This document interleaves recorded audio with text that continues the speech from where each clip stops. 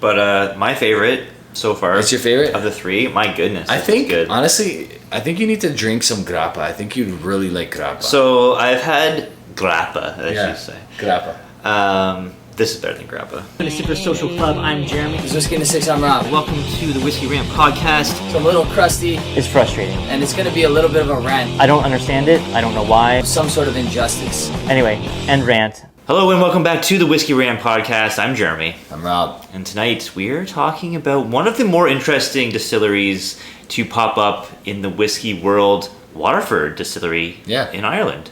Yeah. Really cool story behind these guys. Seems like there's a good amount of money behind them as well. Yeah. Right? So Mark Rayner, he was the CEO at Bruichladdich. Yep. Now the CEO at Waterford. Yep. I actually did a really cool virtual tasting through Toronto Whisky Society with Waterford Distillery, and Mark was there. I asked them a question. I'm like, why Ireland? Is it because of like the Scotch Whisky Association like restrictions? Like that's what I was thinking. That's why they went to Ireland to do their distillery instead of Scotland. But he said no. He said it's because Ireland has the best barley in the world. Interesting. And that's why they went there. And their whole mission statement is to tap into that and to distill different farms in Ireland. Which is really cool. And we'll tell you a little bit about each of these bottles as we go, but they're really focusing on something that's more common in wine, which is the terroir. I can't even say it properly. Terroir. Basically, what that translates to is how the literal ground, how that farm affects the taste of the barley, which affects the taste of the product, which, you know, in wine, it's how the ground affects the taste of the grape and it affects eventually the taste of the wine. Yeah. We have that whole philosophy behind this company as well. Yeah, a really cool thing about Waterford is they're essentially like making a catalog. They're cataloging the regions of these different farms. They're like making, you know, history with it's like a library of whiskey. Do you know how many expressions they have out at the moment? Like they use like 100 different farms or something. Yeah, it's a lot. There are a lot of, and most of their stuff is young because they're new. They're a new distillery. I mean, this is the oldest bottle out of these four is 4 years old. So a lot of new stuff, and you're gonna go through some of the growing pains with them, right? They're gonna say, okay, well, maybe we don't like that farm, or you run into like probably a whole bunch of different things where, you know, that farm's great, but we can't use that farm in this cask. We have to use it in this cask because it like accentuates what we're looking for out of that. One really cool thing about Waterford is that you can essentially just find your favorite farm. Yeah. And then season after season, buy the whiskey. That's right. Because they kind of match on how they distill it and how they mature it and how they bottle it. And each year you can kind of see how it's changing, but just the barley, like just how that grow season is different. And it's really a really cool thing that's not done anywhere else that I know of in whiskey at all.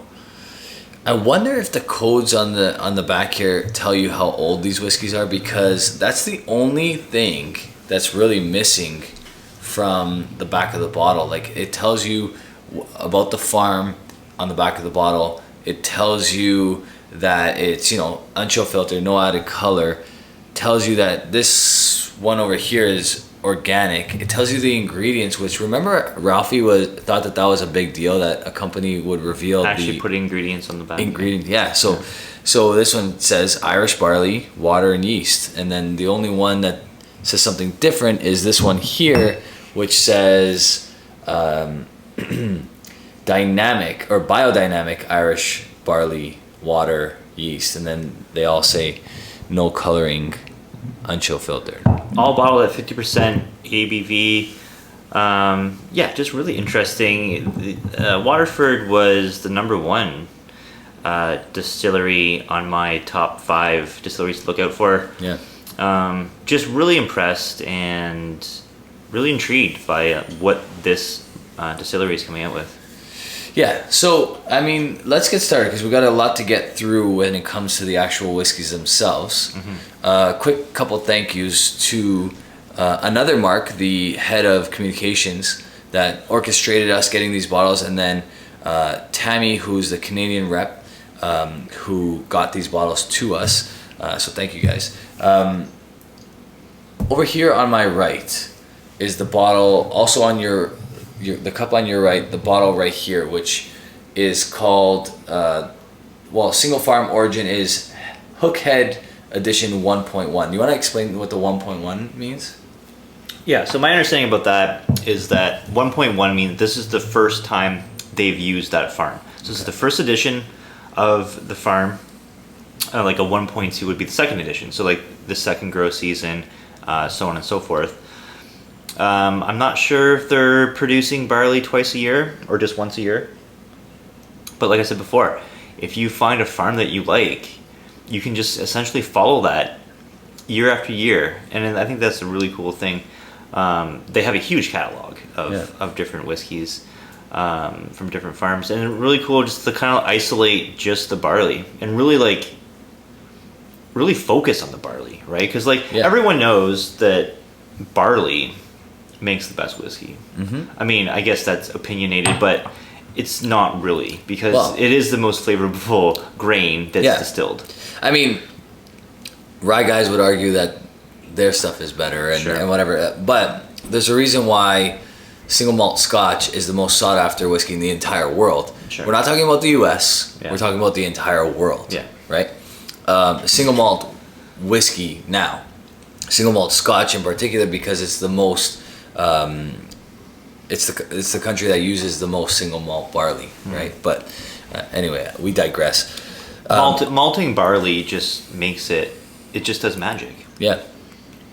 Okay, so on the back of this bottle, I think it's really cool. They tell you a little bit of the story of Hookhead, which is the farm, and they tell you kind of like, Martin. They tell you the farmer, that Martin Foley on the back, and then grows his barley. It tells you that the barley itself is exposed to salt-laden storms because it's a coastal farm. Right. So sea mist and ocean breeze. It's an extreme maritime terroir. So if you like spirit-driven whiskeys, this stuff is for you because it really does highlight the spirit.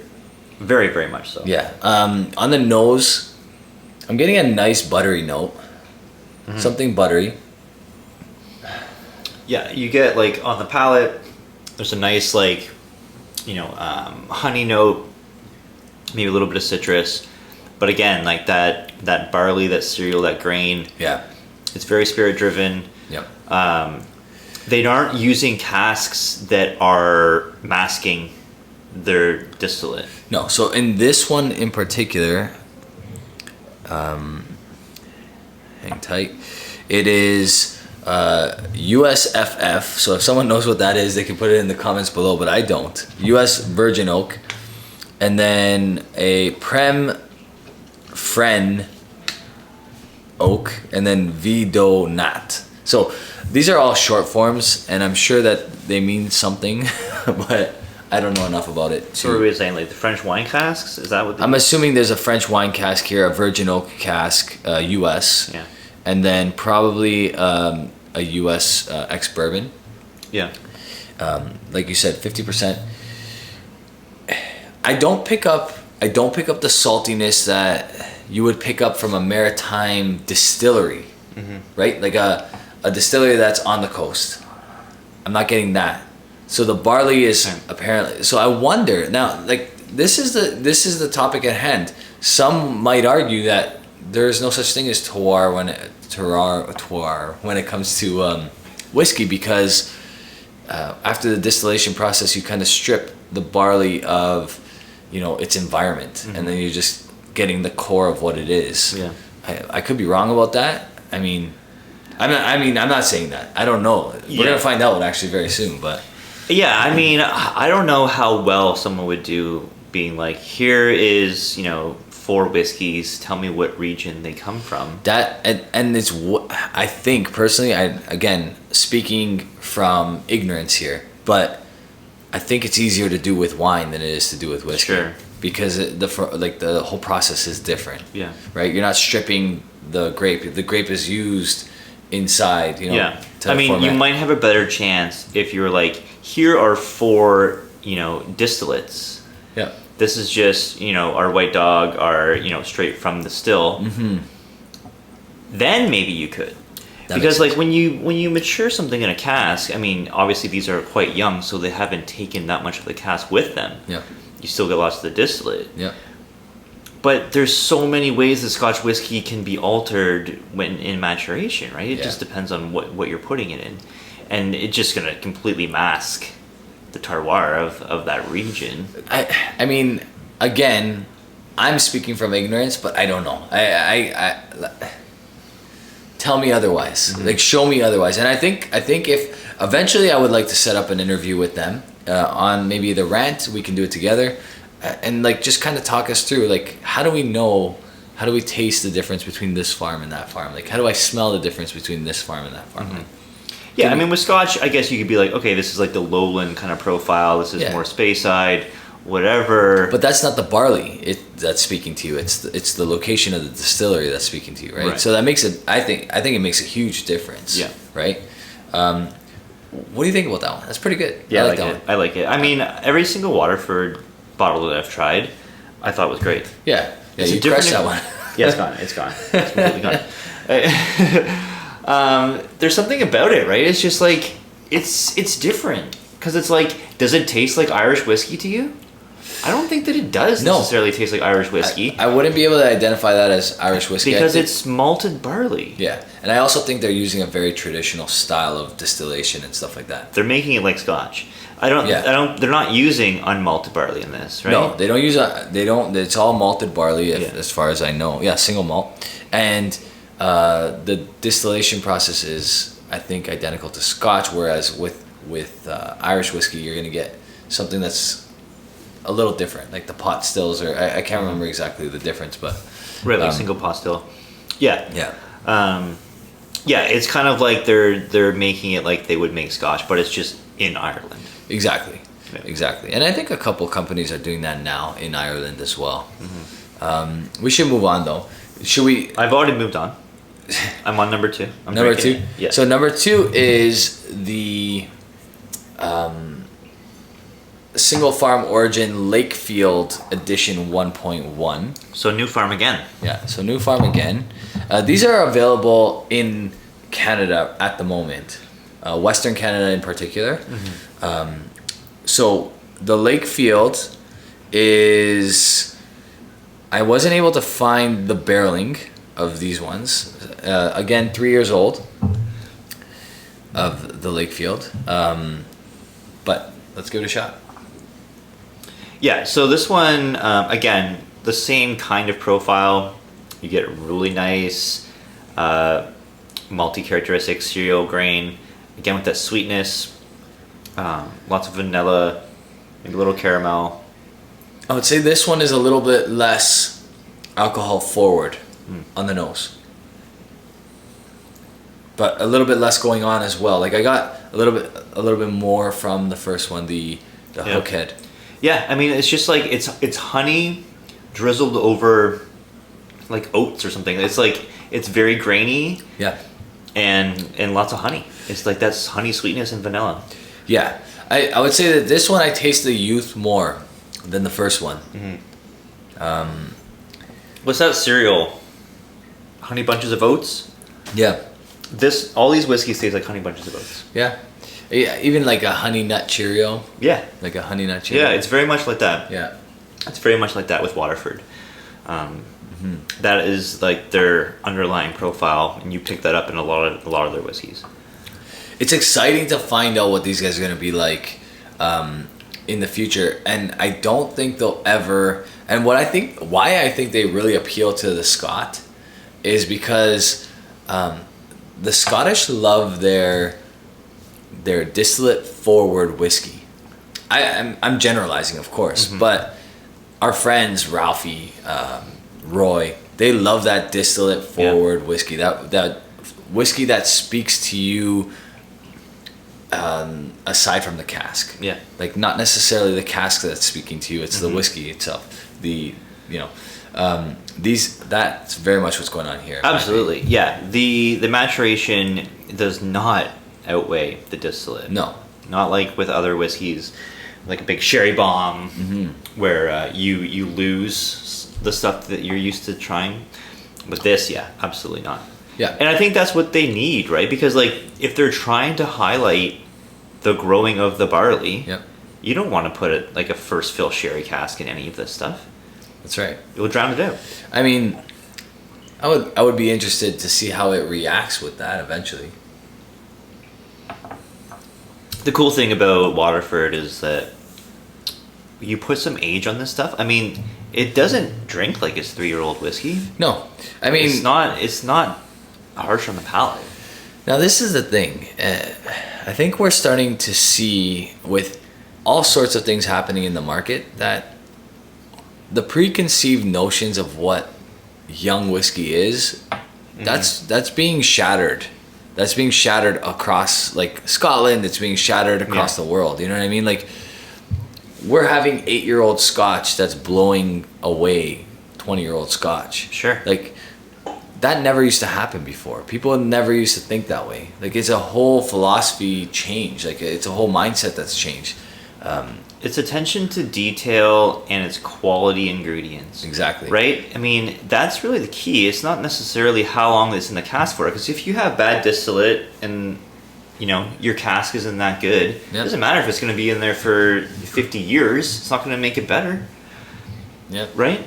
It's like, look at Octomore. 3-year-old Octomore.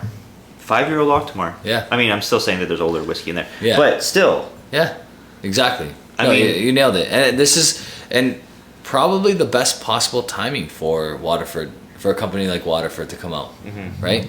I should add that the back says derived from limestone and sandstone, winner of the barley grower of the enigmatic Seamus Duggan. I don't know what's going on here, but it's a winner of the Barley One Awards. Wow. Yeah. Barley Awards. Barley Awards. Yeah. Yeah, take a look at Waterford's website for more information on this stuff. Because there's a plethora of information on their whiskeys. I mean, even just the casual, like sitting with this, reading it, it's pretty cool. The little story behind each farm on the back of the bottle, I think that's really cool. I moved on to the third one, and this is my favorite so far. So the third one is the organic. Yeah. It's the biodynamic, organic, certified organic. Arcadian series. The Arcadian series. This is a 1.1 as well. So another new farm. Yeah. This farm. How many barley farms are in Ireland? There's got to be a lot, right? I guess there's a lot. Eccentric to some, you never really think about regenerative to maybe others. they use 100-ish more farms, but Yeah. I mean, I'd read all of these to this one's cool. Eccentric to some, regenerative to others, biodynamic. Agriculture goes beyond the ordinary ecological mindset, drawing upon ancient lore of lunar cycles and exotic prepararies. Oh, wow. This is everything that Ralphie hates. This is the hippie farmer, right? It's cool. I mean, it's a little bit of a backstory, but I shouldn't say it's everything that Ralphie hates.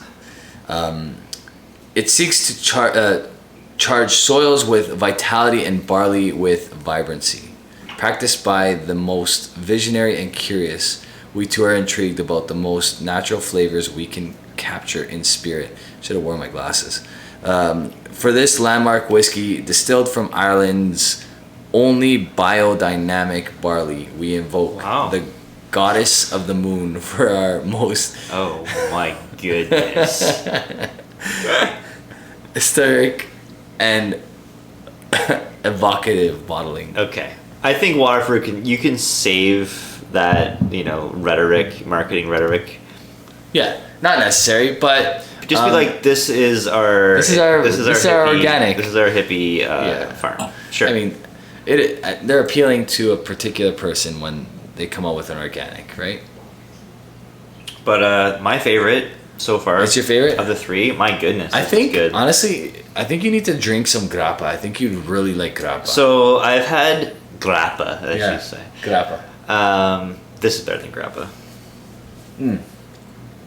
You probably had some horrible grappa though. I've had grappa that you've had. Yeah? Yeah. I see how you're making the similarity. I see how you're making the connection with grappa. Yeah. So this is this one in particular is very similar to some of the grappas I've had. It is kind of like a white grape note to it. Yeah, and there's French wine in the French wine casks in this, virgin oak as well, first fill, bourbon oak, and then the vin d'eau. I don't know what that is. Vin d'eau. That's a type of wine, obviously, French wine.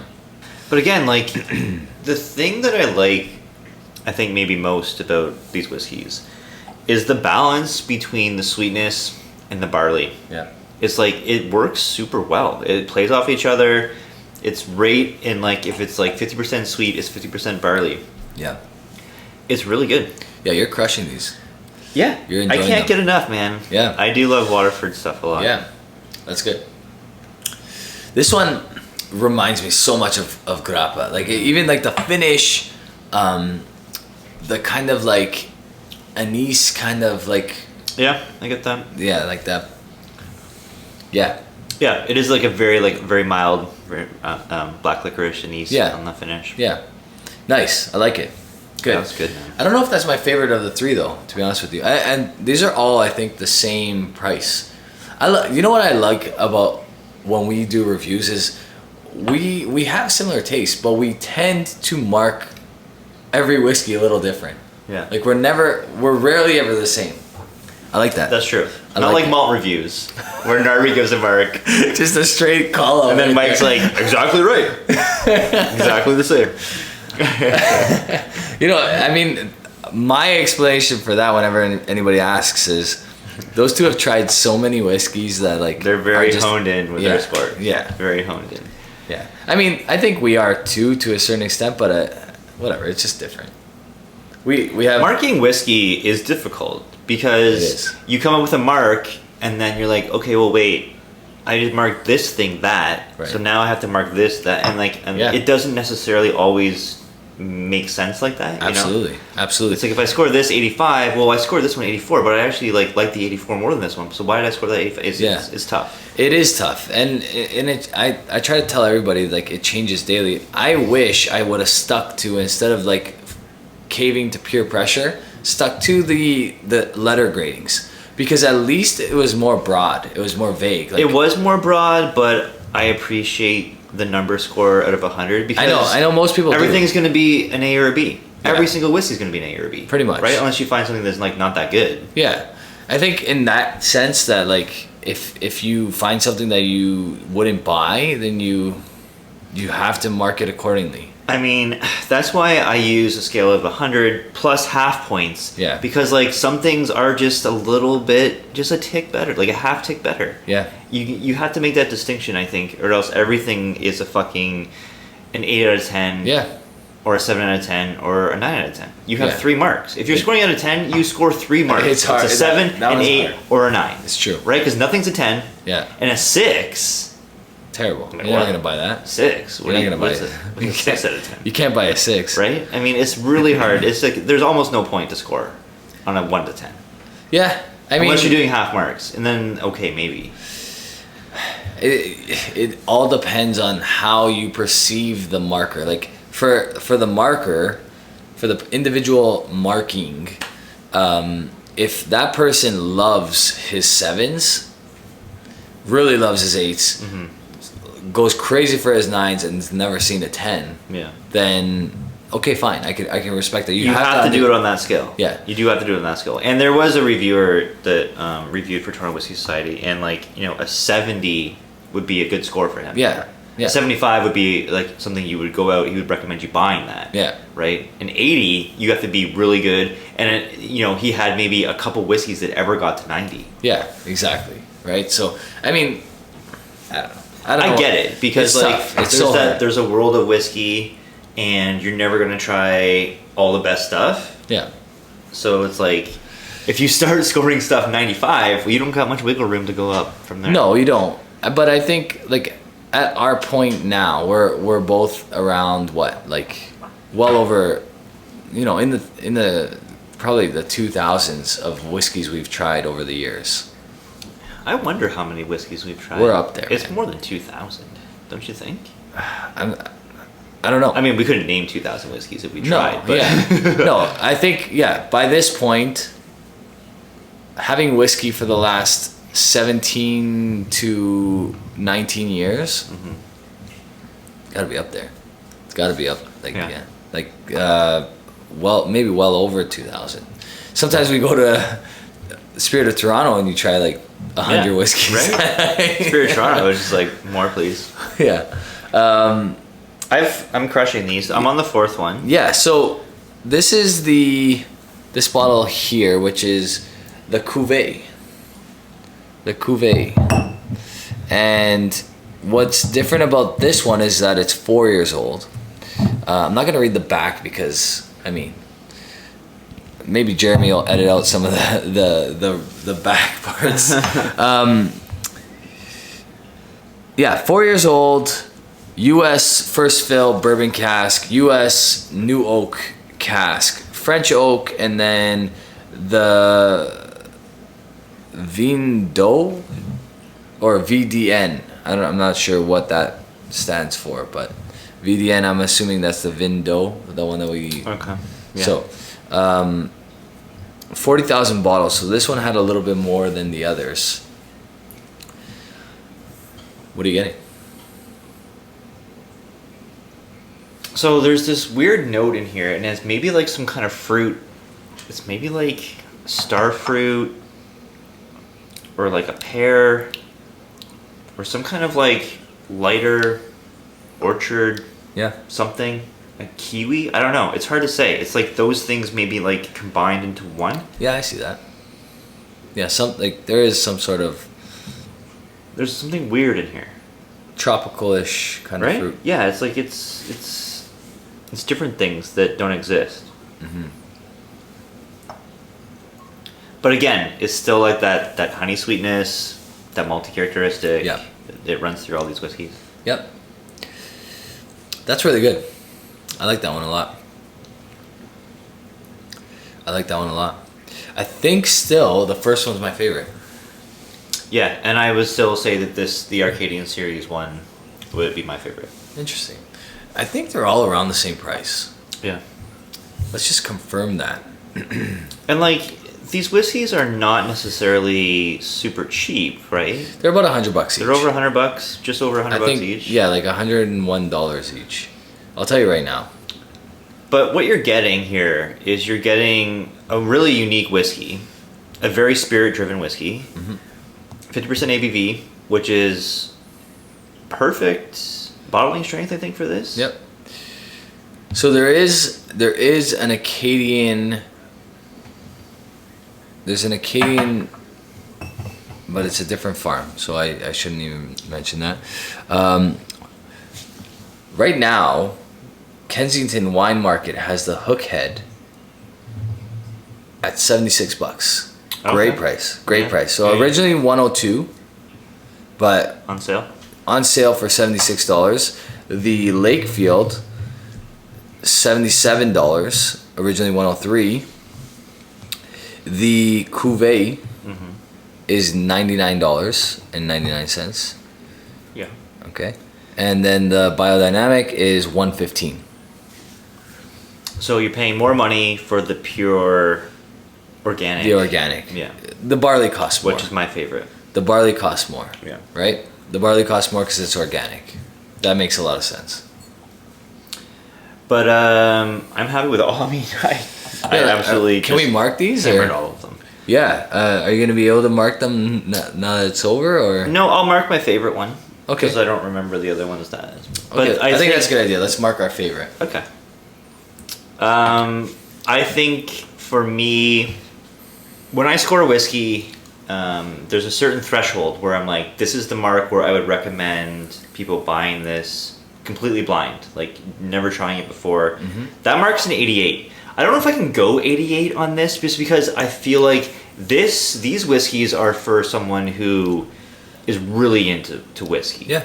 I don't know if someone like just first starting out would be into this because it's really spirit driven. And spirit driven whiskeys, I feel like maybe you need a palate for it. Right. But maybe not. Yeah, maybe not. I mean, I think that someone just starting out can appreciate this stuff as well. This is an easy 87 and a half. I'm going 1/2 tick lower than a recommended blind by a blind, right? Yeah. So yeah, that's where I'm at. Absolutely delicious. I really like Waterford stuff. Yeah. And yeah, I'm gonna buy that bottle. Yeah. I actually have can I have a tie?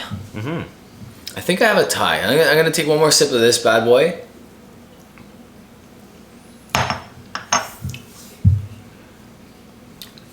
Okay, so I really like the cuvee.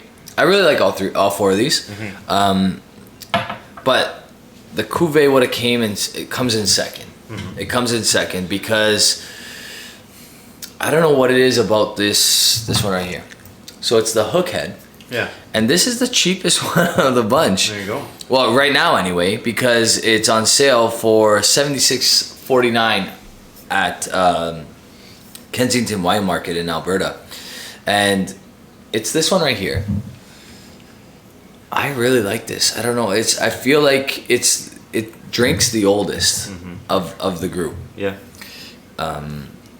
Not that matters to me because it doesn't, but it's the most pleasing in what I'm looking for in a whiskey. It's a pour and play kind of whiskey for me. Yeah, I don't think you need to touch this stuff with water. No. I think 50% ABV is like exactly where this needs to be. Yeah. Gonna give this one an 86. 86, I think they're all good. I'm gonna give this one an 86. I really like it. As far as blind buy goes, it varies for me. Yeah. It depends on price. Yeah. If we're talking a $300 whiskey, a blind buy has to be closer to a 90, right? If we're talking a $50 whiskey, blind buy is like an 85. Sure. Right? Yeah. So, a $50 whiskey shouldn't. I mean, if it's an 88, then it's like buy 10. You know what I mean? So yeah, I think that like someone who hasn't tried anything from Waterford before, don't expect it to taste like Irish whiskey because it really doesn't. No, it doesn't. It tastes more like a younger, spirit-driven Scotch. Yep. 100%. So if you like that profile, I would say try any of the Waterford bottles because every single one that I've tried has been really good. Yeah. Some of them, it just depends on palate, right? Because like we don't agree on our favorites with this. We're pretty different. Yeah. We usually, I mean, within reason, we usually are, and that's a good thing, right? Like you don't. I like when I'm watching the Scotch test dummies, and Bart's like, I hate it, and Scott's like, I love it. You know what I mean? Like that's what you want, because then you figure out who your palate's more like. And you aim toward that, right? Yeah. So definitely. But what an exciting distillery, and I mean, it's really cool what they're doing because no one else is really doing that. Just like highlighting different farms. With barley production, it's really cool. Yeah. I think that other regions could do this. Canada could do this. You know. They are. They are now, right? Shelter Point is pretty much, I would say, like the most direct comparable. As far as like, well, they have their own farm, so it's a little different. In Yukon, two brewers, they can't really have. I mean, that's not true. Now you're actually bang on. A company could come out. We don't have it because a company could come out and say, "Hey, we need to get three farms from Ontario, 3 farms from Saskatchewan, 3 farms from Manitoba, 3 farms from Quebec." No, this is what Canada needs to do. Okay, province versus territory. That'd be cool. Right? That'd be cool. I want to go to Ontario. What's your best barley farm? Yeah. Give me that crop. Yeah. Distill it. Same thing with every single province, every single territory, and just release them as like one. You know, how many do we have? 13? 13 provinces and territories? Ontario will release 13 with 13 the territories. provinces and territories. 10 It's a provinces, 13 3 bottle territories. set. Your best yield from 1 year. That would be amazing. That'd be really cool. That would be really, really cool. That would be really cool. Just see that. And like mature it the same way, the exact same casks, exact same amount of time maturation, blend it together like they do with Waterford. Did we just come up with a distillery idea? Yeah, we fucking did. Well, I mean, we copied it from they invented it, yeah. but it would be cool if Canada Absolutely. did that. I think so. Right? And the thing is you wanna see terroir. Canada is almost the size of Europe. Like, it's huge. You know what I mean? Like, it's how many Irelands can you fit in Canada? Absolutely. You know what I mean? I don't know if every single province and territory grows barley. I feel like Probably they not all the could. territories, The territories are pretty far north. and they're cold. Yeah. But there's different types of barley, True. right? There's like that winter barley that like, you know what? Glenmorangie. No, I was gonna say Wiser's did like a thing, right? What did they do with that? The Like, winter, winter rye. Was it rye? Winter rye. We could do it with rye. We could do it with We rye. could do it with rye, right? could- It doesn't need to be barley. It true. could be rye from every province and That's every true. territory. That's true. We don't know enough about our country to know if every province and territory can grow Even if barley you just or stuck rye. with the provinces. Even But, if you just yeah, stuck with the 10 provinces. Even just do any region that grows barley. Yep. Give me your best farm. Yeah. Let's distill it. Let's age it. Let's release it as a series. I think that'd be cool. Really cool thing. Just copy what Waterford's doing. What's what? Yeah. They don't own the rights to do this. Right? No, of course. You know what? I mean, at the end of the day, what they're doing is really cool.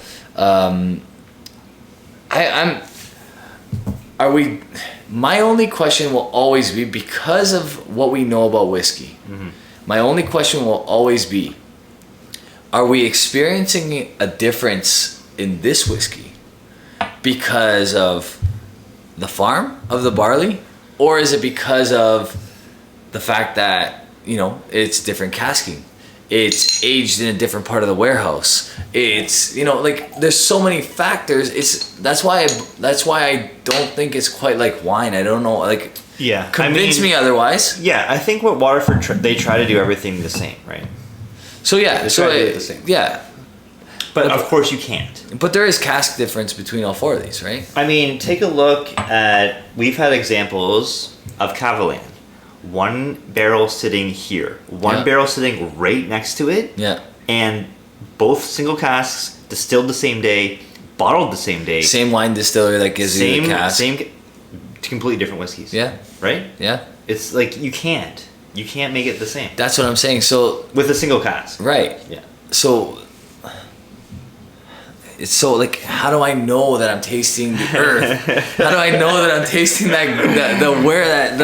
geographical location of where that barley came from? You're right. It's so hard. It's yeah. And The human ability is not. You can't do it. I mean, respect totally what they're trying to do. I just don't know if explain it if there is, then prove it to me. Show me. But I mean, I'm sure there's a. I don't know. I don't know. I hope to be corrected. I really do. And I'm not saying I don't believe it. I'm just saying there's so many factors that how do I know that that's what I'm tasting? when they release some 8-year-old, some 10-year-old, some 12. Yeah, I think that's the key, right? Like when they have, let's say they have 10 different farms. I know they have more than that, but let's say they're using 10. When they have, 1.2, 1.3, 1.4, 1.5, 1.6, and you're at 1.6 and you're like, this definitely came from Hook Farm. Then I'm like, yeah, hell yeah. Their Hook Farm definitely has, terroir, Yeah. But until then, convince me. Yeah. I gotta be convinced. I mean, each growing season is going to be different, right? And that's the other problem too, right? Like that's a factor too. The weather. It was like, it was is super rainy this year. It was like I don't know.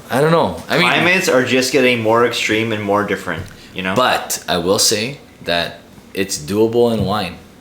It's doable. I've watched sommeliers nail the farm, everything. I'm sure there's people in whiskey that can be like, this is a lowland, this is a highland, this came from this barley distillery, or farm. Yeah, I'm sure there's Scottish people that can do that because they know where they're sourcing all their barley, and it can only come from like 10 places. But when you start to add like 20 farms to this, it's gonna get tough. But I'm very interested to see what happens. I would love this, like when this whiskey gets some age on it. I mean, now it's delicious stuff. Yeah, when this gets some age on it, woo, it's gonna be great. I mean, this could be one of the best distilleries on the planet. Absolutely, because they put so much thought into detail into all their stuff, and the quality is there. And I hate to say it. I hate to say the nasty C word, but this is super collectible stuff. Like it can be, right? Because I know maybe there's too many expressions to collect, but great presentation. Not that that's ever been my thing, but like there's a great presentation here. The box is really nice. There are these blue boxes here that I probably should have had out the whole time, but honestly, you're totally right. But only if this distillery blows up. Yeah. If this distillery blows up, the 1.1 editions of all these farms are going to be worth crazy, crazy money. Even though they're just like 3-year-old whiskey. Yeah. That's just okay. And it's good whiskey, but it's not like mind blowing. I guarantee you someone out there is already doing it. Yeah, of course. Someone out there is already collecting the 1.1s from all of them. Sure. And the 1.2s from all. And you know what? They're already naming barley of the year farms, right? There you go. Think about like in the future where it's like, oh my god, this farm won barley of the year. Yeah. And like the 1.1 edition is now worth triple fucking retail. I wonder if that puts pressure on other companies to start doing the same thing, like naming their farm. Yeah. Right. It's cool. It's very cool. I mean, you got the ex-CEO of Bruichladdich saying that Ireland has the best barley in the world. I think that you'd have to take him for his word for that. I think so. Why would you start? Who are we to argue? There? Yeah, you can't. Right? Who are we to argue? Yeah, exactly. All right. Really cool stuff. I'm really excited about what they're doing. I love their presentation. I love the fact that they are incredibly transparent. Yeah. Yeah, absolutely. Just really cool stuff overall. And I'm sure that there's a way that you can tell how old it is just by these barcodes at the back. I'm sure. Maybe it's on the website. Maybe it's just on the website.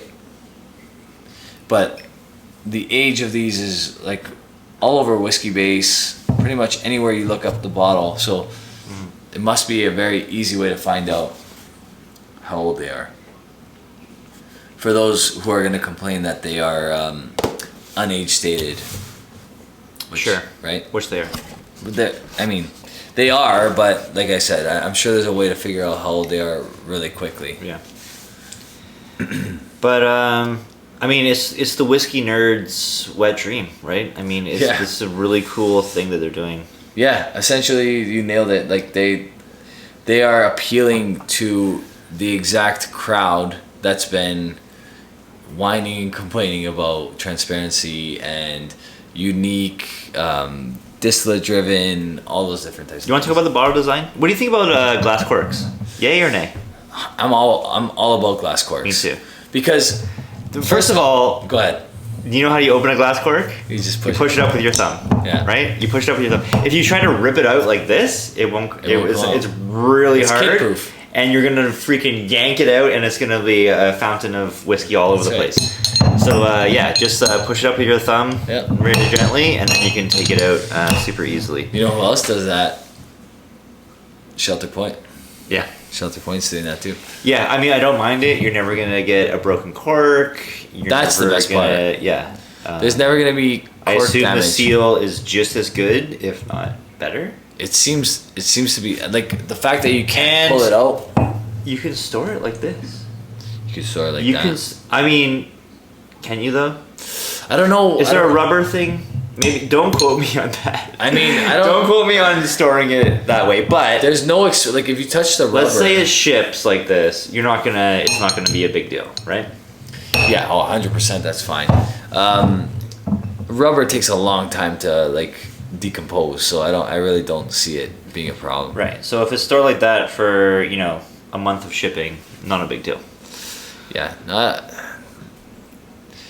They are doing everything. They are well thought out. Mm-hmm. Yeah. Yeah. Methodical. I like it. Yeah.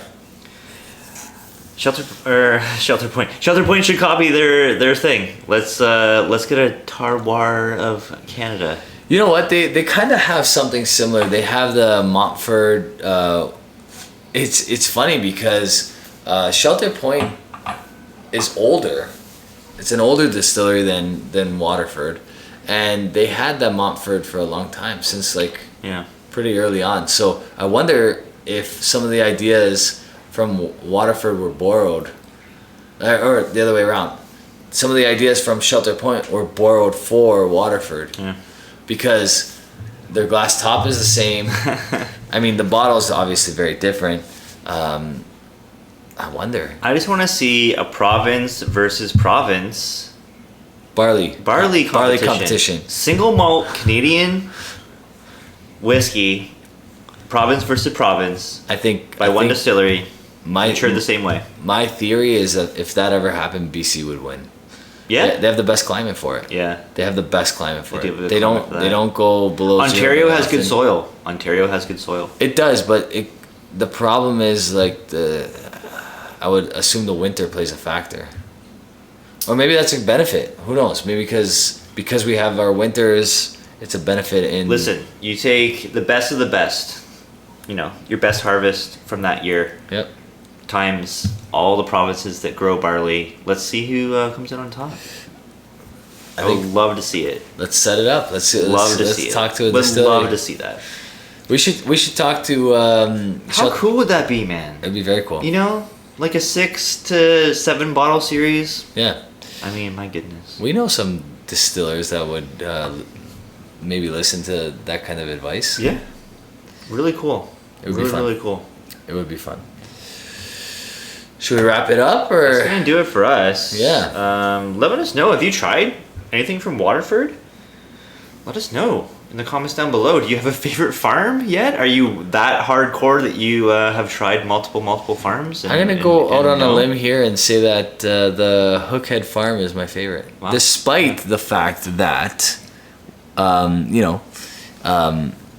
this one here, which is Lakefield, won Barley of the Year. I still like my my Hookhead. Let me do something real quick and check out Whiskey Base. What's the highest rated Waterford whiskey? I'm gonna say it is the Lakefield. No, it's the Biodynamic, the one that you like. You don't say. Yeah. You don't say. Yeah. Well, there's also only 53 votes on the Biodynamic, and there was 90 on the Lakefield, which is 84, so a point difference. And the Hookhead is 83.7, so but 92 votes. Yeah. So you are the popular vote at the moment. Right. Yeah. Your preference anyway. Cool. Yeah, I'm buying a bottle of this right now. As soon as we stop recording, I am adding it to the multiple bottles that I have waiting for me. Yeah, you have quite a few of Waterford, right? Waterford, I do have a couple. Yeah. Yeah, I reviewed a couple on the channel before. And yeah, I'm going to add the Arcadian one to the collection because I really do like it a lot. Yeah, it is good stuff. Yeah. They are all good. I think the only thing that maybe freaked me out a little bit about not freaked, that's not the right word. The grappa. I get the grappa in the Arcadian, and when I'm drinking a grappa, I want a grappa, but when I'm drinking a whiskey, I want a whiskey. I see. You know? I see what you're saying. But very good. Yeah. Definitely the most unique of the four. Yeah. 100%. There's no argument there. Mm-hmm. Yeah. Cool. That's going to do it for us. If you want to support the podcast a bit more, you can check out our Patreon. You can get it for $1 a month and get this episode sooner than anyone else does. Yep. And we'd love to see you guys on there. Thanks so much for watching, guys. Have a good one. Cheers, guys. Cheers.